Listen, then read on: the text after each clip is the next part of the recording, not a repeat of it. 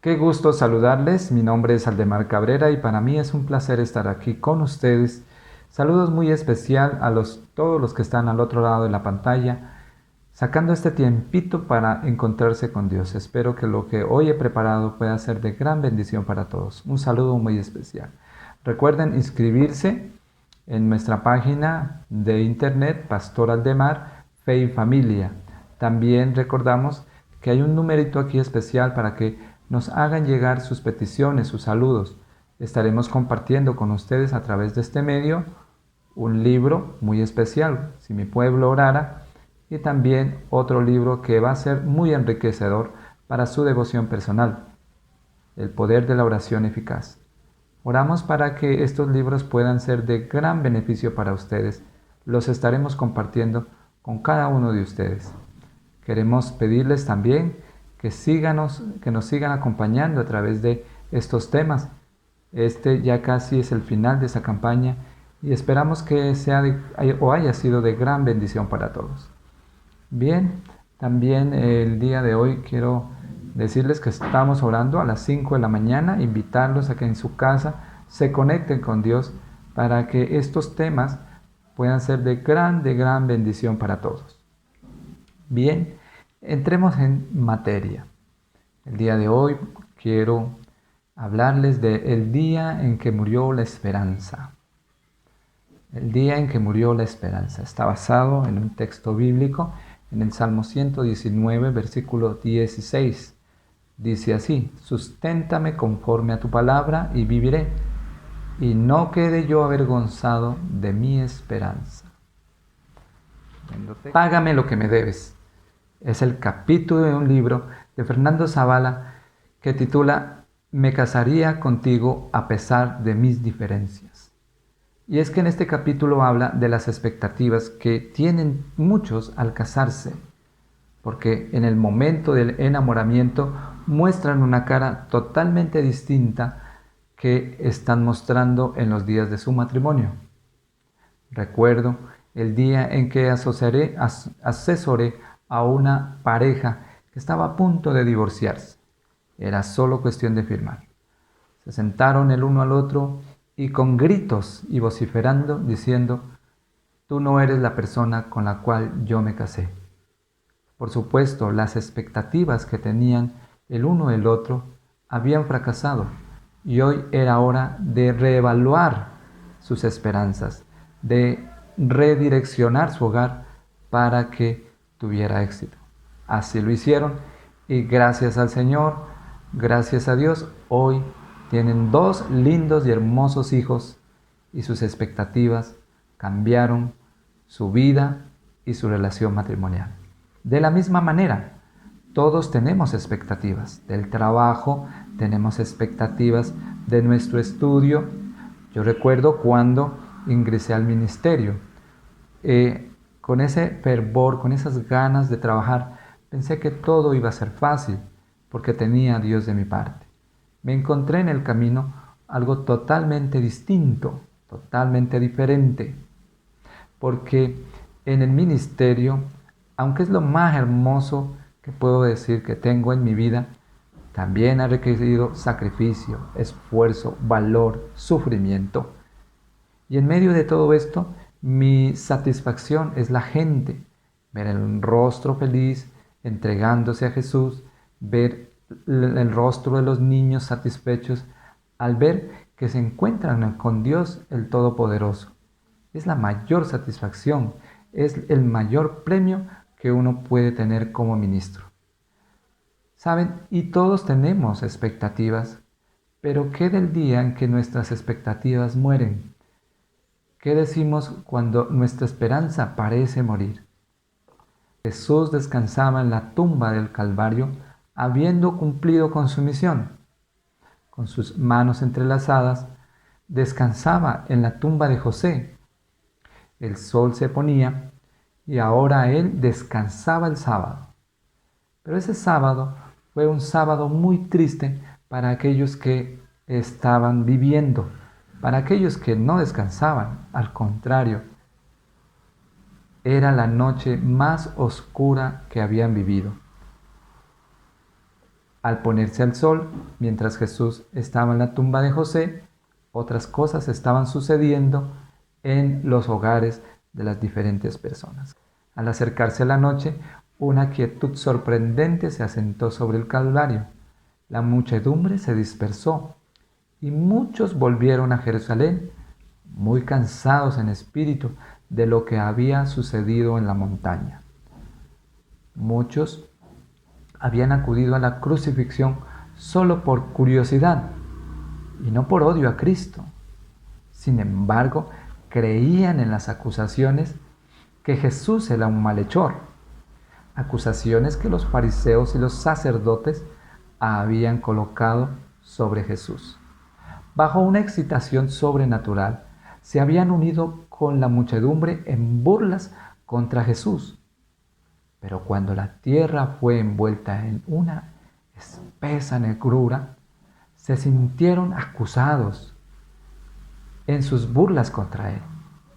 Pero cuando la tierra fue envuelta en esa espesa oscuridad, ¿saben?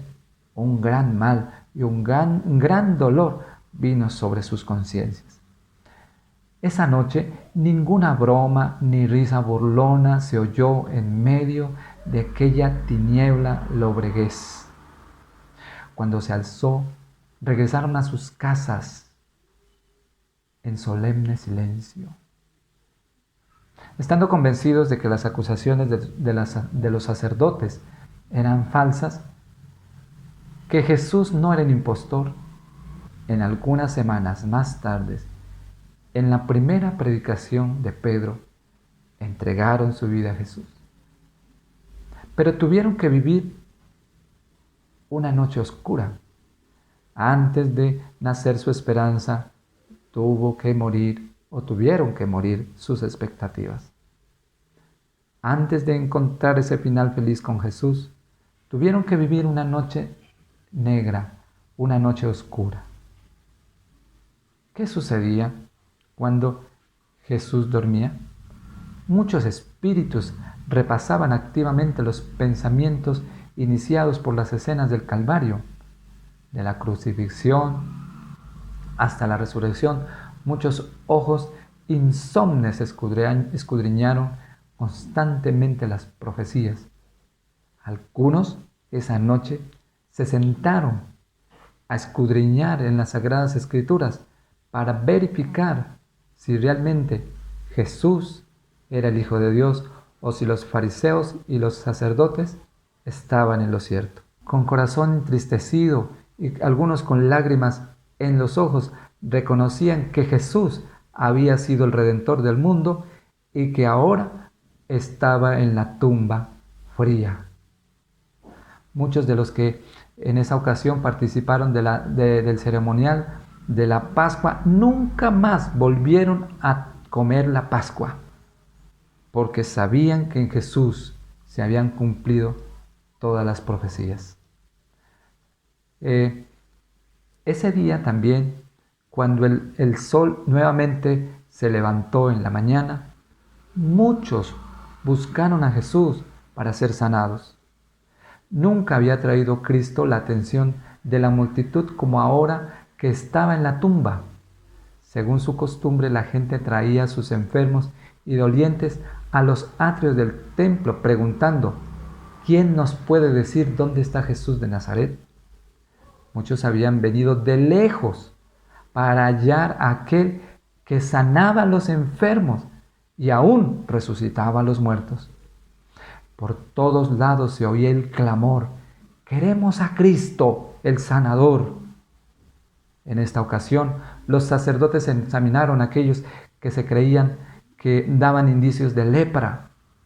Muchos tuvieron que oírlos declarar leprosos a sus esposos y esposas o hijos y condenarlos a apartarse del refugio de sus hogares y del cuidado de sus deudos para advertir a los extraños con lúgubre clamor: inmundo, inmundo. Muchos se fueron chasqueados porque quisieron encontrar sanidad y solo encontraron a sacerdotes que les decían cuál era su condena.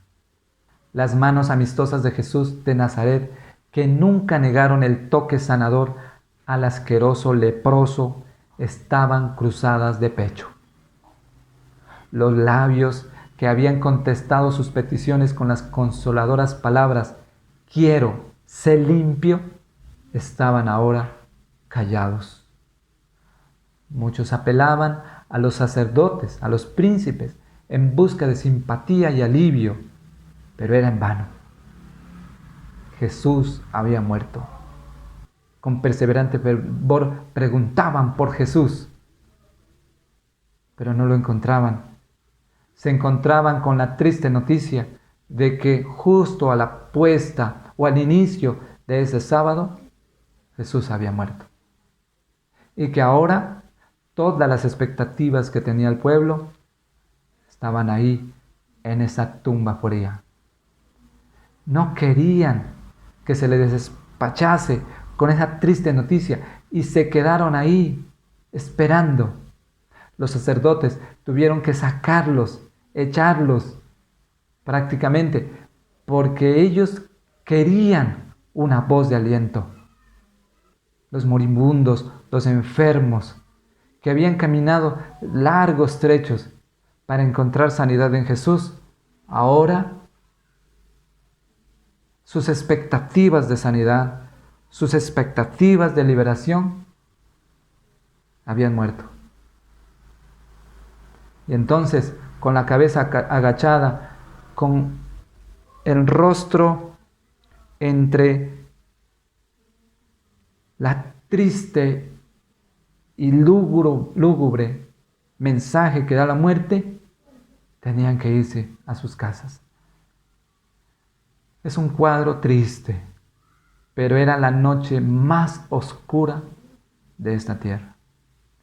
En contraste con la noche más brillante, en la cual se exaltaba y los ángeles cantaban, gloria a Dios en las alturas y paz a los hombres que aman al Señor. La noche divina, la noche maravillosa en la que Jesús nació y que una estrella alumbró justo el pesebre de Belén, donde moraba el Mesías. Qué contraste. Ahora en lugar de las alabanzas se escuchaban los gemidos de los hombres, el clamor de los corazones angustiados por la culpa que sentían de haber llevado a la muerte al Hijo de Dios. Era un momento triste, era un momento difícil. La historia de la humanidad estaba viviendo la noche más oscura de sus días. Los que sufrían y habían venido para ser sanados por el Salvador quedaron abatidos por el chasco. Las calles estaban llenas de lamentos. Los enfermos morían por falta del toque sanador de Jesús. Se consultaba en vano a los médicos. No había habilidad como la de aquel que yacía en la tumba de José. Sabes, mis queridos, ese día es muy triste. Yo creo que para todos los seres humanos, cuando nos sentimos chasqueados, cuando vemos que nuestras expectativas no están cumplidas, sentimos morir. La esperanza muere en medio del llanto, en medio del gemir, en medio de un corazón adolorido. ¿Cuántos de nosotros tenemos falsas expectativas? ¿Cuántos de nosotros esperamos que Dios cumpla todo lo que nosotros esperamos? Y cuando le buscamos, no encontramos lo que realmente queremos. Yo hoy quiero que nosotros podamos hacer un análisis de nuestras propias expectativas con respecto a lo que Jesús hizo en la cruz del Calvario. ¿Nos regresaremos chasqueados? ¿Nos regresaremos a casa sin ser sanados? ¿Sin una voz de aliento? ¿Sin una voz de ánimo? ¿Apagarás esta misión sin haber escuchado lo que Jesús tiene para ti? Primero que todo, fue un día muy triste para el pueblo judío porque las expectativas del pueblo judío eran totalmente distintas. Veamos en el libro de Lucas, capítulo 24, versículo 21. Y como lo entregaron los príncipes sacerdotes y nuestros gobernantes a sentencia de muerte y lo crucificaron, pero nosotros esperábamos que Él fuera el que había de redimir a Israel. Sin embargo, además de todo, hoy ya es el tercer día que esto ha acontecido. Las expectativas de los discípulos o del pueblo era que redimiese a Israel, pero no de los pecados, sino redimiese a Israel de los romanos. La gente del pueblo estaba cansada de pagar impuestos y ellos querían también descansar de pagar esos impuestos, de esas cargas pesadas que Roma le había impuesto a Israel por ser súbdito de él. Esperaban un rey que les quitase esas cargas. Esperaban un gobernante justo que les diera la libertad económica para poder vivir en paz. Eso esperaban, pueblo. Para los discípulos fue algo totalmente también distinto, o algo parecido, más bien. En el libro de Marcos, capítulo 10, versículo 37, nos deja ver las expectativas que tenían los discípulos. Ellos les dijeron: concédenos que en tu gloria nos sentemos el uno a tu derecha y el otro a tu izquierda. Como podemos ver, la petición de la mamá de estos dos discípulos era que uno de sus hijos se sentase a la derecha y otro a la izquierda. No sabían lo que pedían, según lo que dice el relato, pero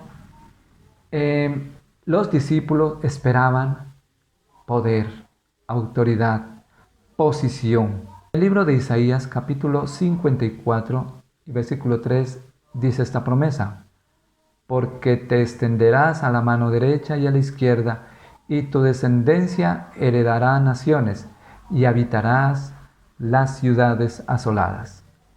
Como puedes ver, este pasaje es una promesa que incluso los discípulos esperaban que fuese cumplida en Cristo.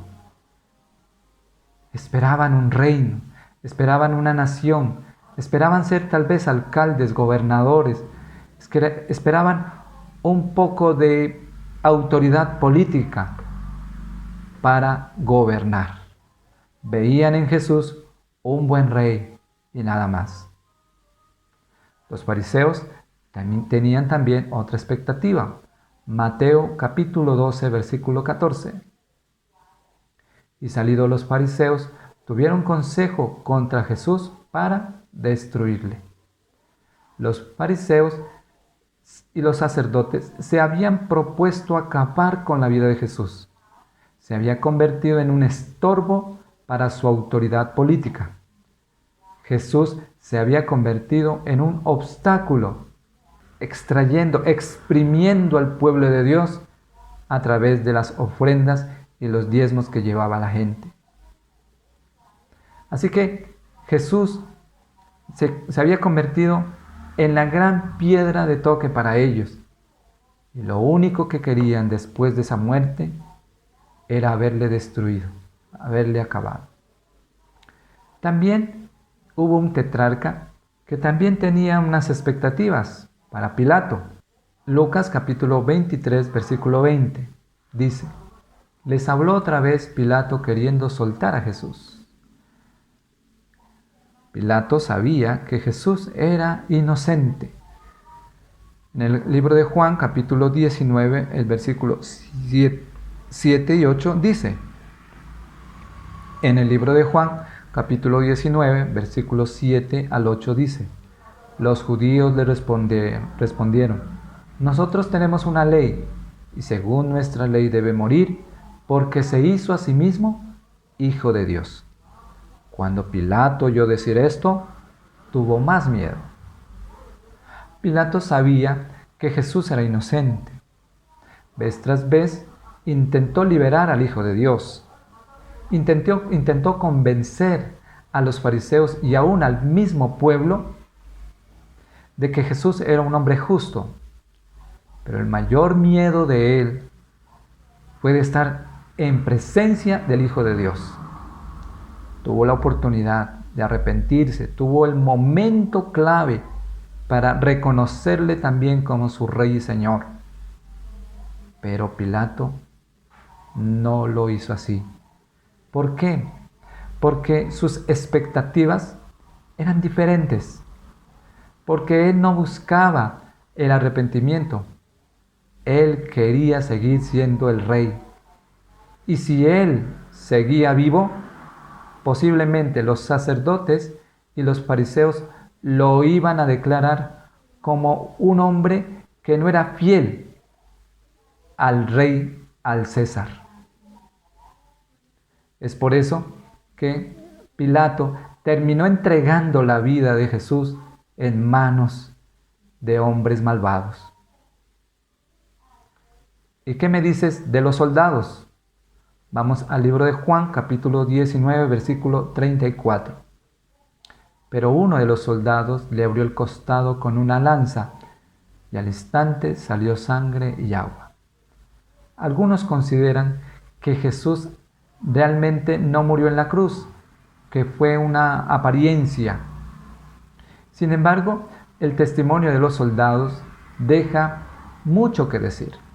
Declaraba que había muerto de angustia. Había un dolor inmenso que había cargado sobre él, y eso había hecho que su corazón colapse. Y antes de que su cuerpo soportase ese dolor de la muerte, su corazón interno, su corazón espiritual, su corazón de carne, su corazón de hombre, declaraba que había muerto. En el libro de Lucas, capítulo 23, versículo 47, dice: cuando el centurión vio que lo que había acontecido, dio gloria a Dios, diciendo: verdaderamente este hombre era justo.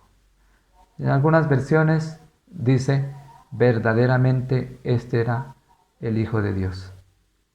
Como podemos ver también, los soldados tenían una expectativa de estar librando a Roma de una posible rebelión. Los soldados, al cumplir las órdenes de Pilato y de César, su deber era proteger al rey tal vez de una rebelión social, de una rebelión política. Y Jesús había sido acusado también de la misma manera, de levantarse contra Roma, contra el imperio de aquel momento. Sin embargo, los soldados dieron testimonio de que lo que ellos tenían en mente era totalmente distinto. El que había muerto ahí, en ese lugar, en la cruz, era un hombre justo, era el Hijo de Dios. Quiero finalizar haciendo un llamado ya desde este mismo momento. ¿Cuáles eran las expectativas de Dios? Vamos al libro de Salmos, el capítulo 130, versículo 8.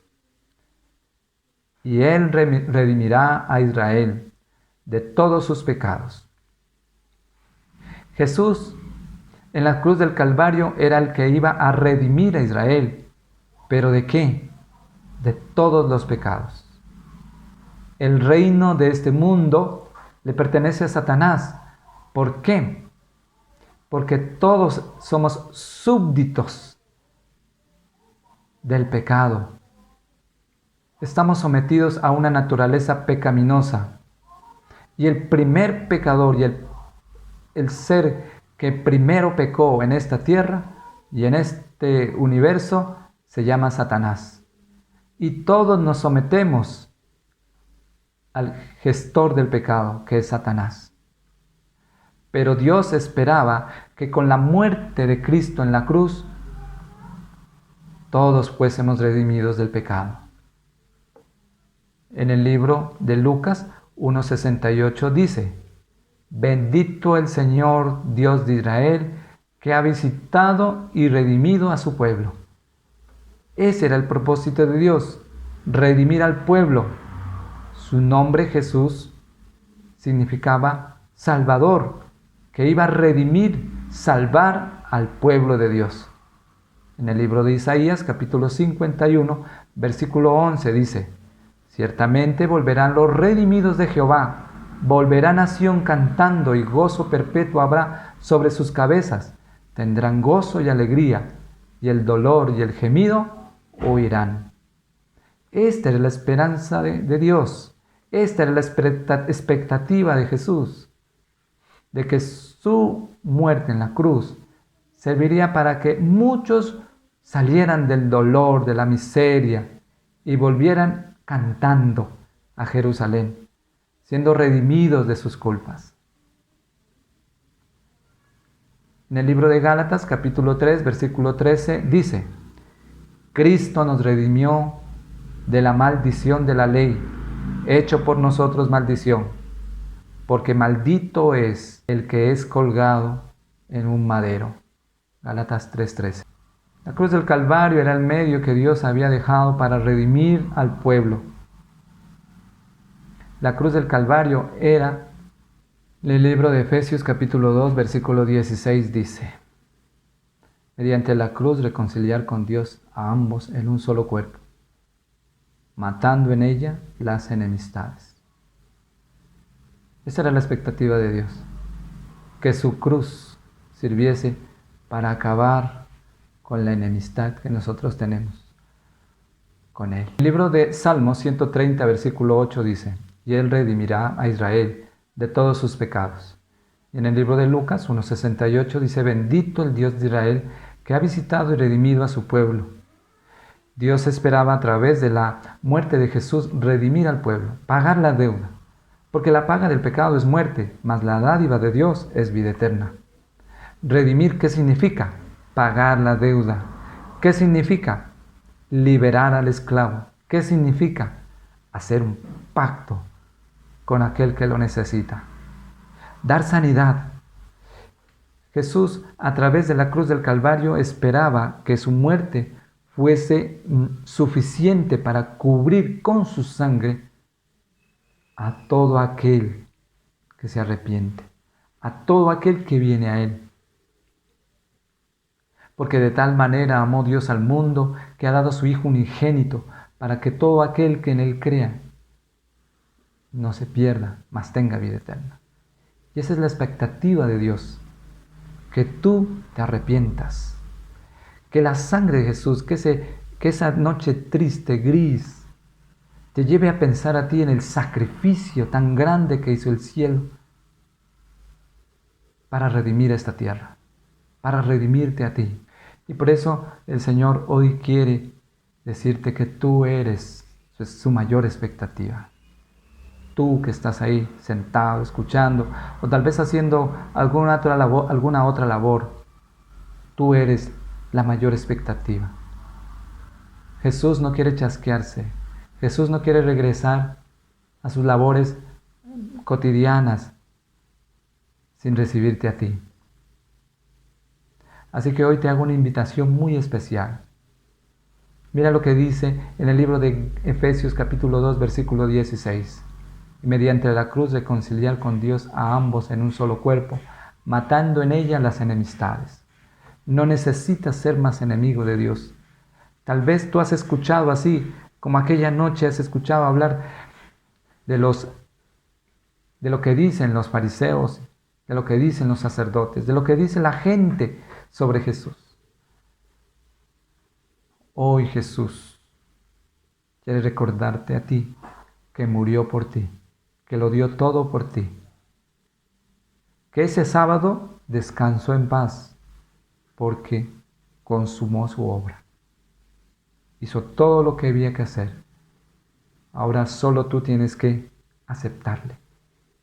Solo tú tienes que venir a Él. ¿Sabes? Esas esperanzas, esas nuevas expectativas son las que Dios quiere colocar en lugar de esas falsas que tenemos cada uno de nosotros. Ya no necesitamos seguir teniendo una rebelión en nuestra mente, en nuestro corazón. Jesús es nuestro Salvador.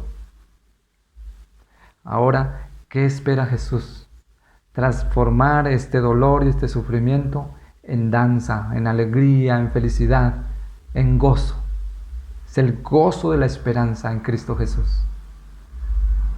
Pues que esperamos la venida del Señor, debemos ser personas que tenemos a Jesús como nuestro mayor valor, como nuestra mayor riqueza. Y por eso hoy quiero hacerte una invitación especial, que le puedas entregar tu vida al Señor. Yo recuerdo que mi vida era llena de expectativas. Quería ser arquitecto, ingeniero. Quería salir de la pobreza, salir de la miseria, pero lo que me di cuenta es que tenía falsas expectativas de mi vida, hasta que encontré a Jesús. Y Jesús me renovó mi vida, reavivó mi corazón. Le entregué mi vida al Señor y hoy vivo la esperanza en Jesús. Hoy la vivo. Hoy transmito y transfiero esa esperanza que solo hay en Dios. Mi matrimonio, mi hijo, mi vida, mi trabajo, todo se cifra en una sola cosa, en la esperanza que sembró Jesús en mí, de tener vida eterna, de vivir en un mundo mejor, de vivir sin pecado, de lograr superar todas mis dificultades internas y entregar todo mi corazón a Jesús y tener vida eterna. Valió la pena, Jesús. Gracias, Jesús, porque ese día oscuro fue el día también para mí de encontrarme conmigo mismo. Gracias, Jesús. Y yo quiero también hoy decirte que tú también tal vez estés viviendo el día gris, el día oscuro de tu vida. Tal vez estés viviendo el momento más difícil, pero entiende y comprende que todo lo que estás pasando y todo lo que está sucediendo es porque Jesús no está en tu vida. No dejes que la esperanza muera. Hoy la esperanza vive. Ha resucitado. El tema de mañana vamos a hablar de la esperanza de la resurrección. Pero hoy quiero decirte que entrégale tu vida al Señor. Entrégale tu corazón al Señor. Jesús está aquí contigo, amigo, mi amiga. Dios te bendiga y te guarde. Haga resplandecer su rostro sobre ti. Tenga de ti misericordia. Y ponga en ti paz. Dios te bendiga. Entrégale tu vida al Señor. Hasta mañana. Cada día estoy convencido de que Dios nos ama y a pesar de las pruebas que pasamos, Él siempre estará con nosotros.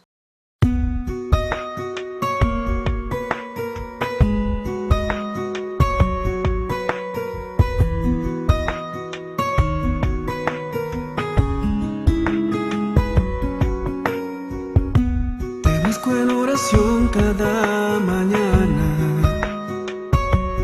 Cuando estoy solo en el camino hacia trabajar, no puedo detener mi corazón, ahora que al fin he encontrado el único motivo por el que vivo en el mundo hoy. Quiero que llegue el día en el que esté eternamente entre tus brazos, verte cara a cara, oír tu voz.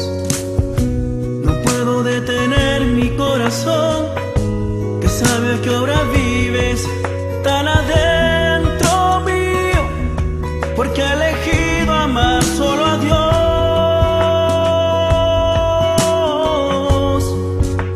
Yo quiero ser como David, que fue tu amigo, y obedecerte como Elías y Moisés.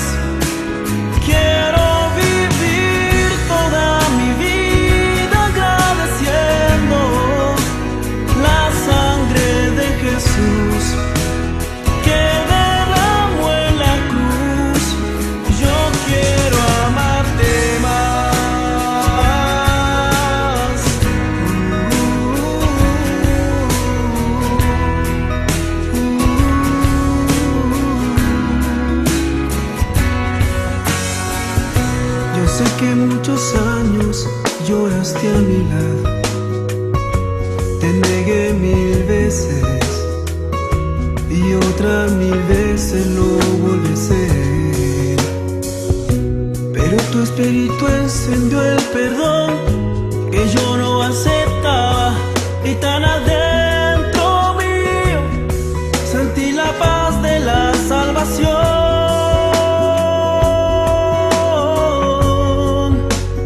Yo quiero ser como David, que fue tu amigo, y obedecerte como Elías y Moisés. Quiero vivir toda mi vida agradeciendo la sangre de Jesús que derramó en la cruz. Yo quiero amarte más.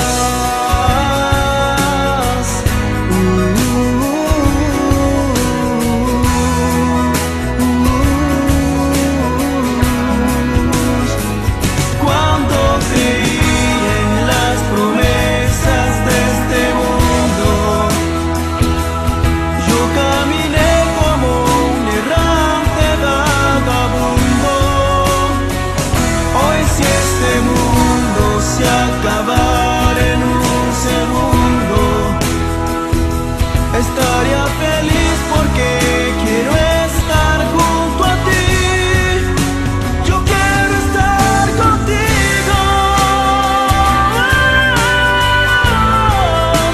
Yo quiero amarte más. Yo quiero amarte más. Yo quiero amarte más. Yo quiero amarte más. Yo quiero amarte más. Yo quiero estar contigo. Quiero amarte.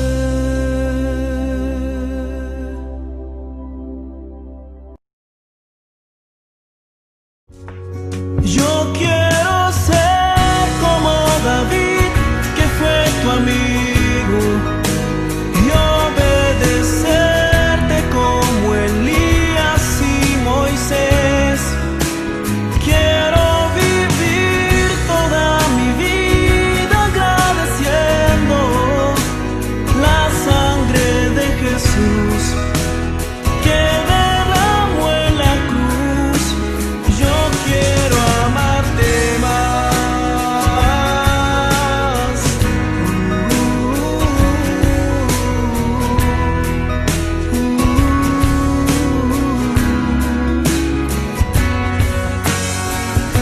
Yo sé que muchos años lloraste a mi lado. Te negué 1000 veces y otras 1000 veces lo volví a hacer. Pero tu espíritu encendió el perdón que yo no aceptaba. Tu espíritu encendió el perdón que yo no aceptaba, y tan adentro mío sentí la paz de la salvación.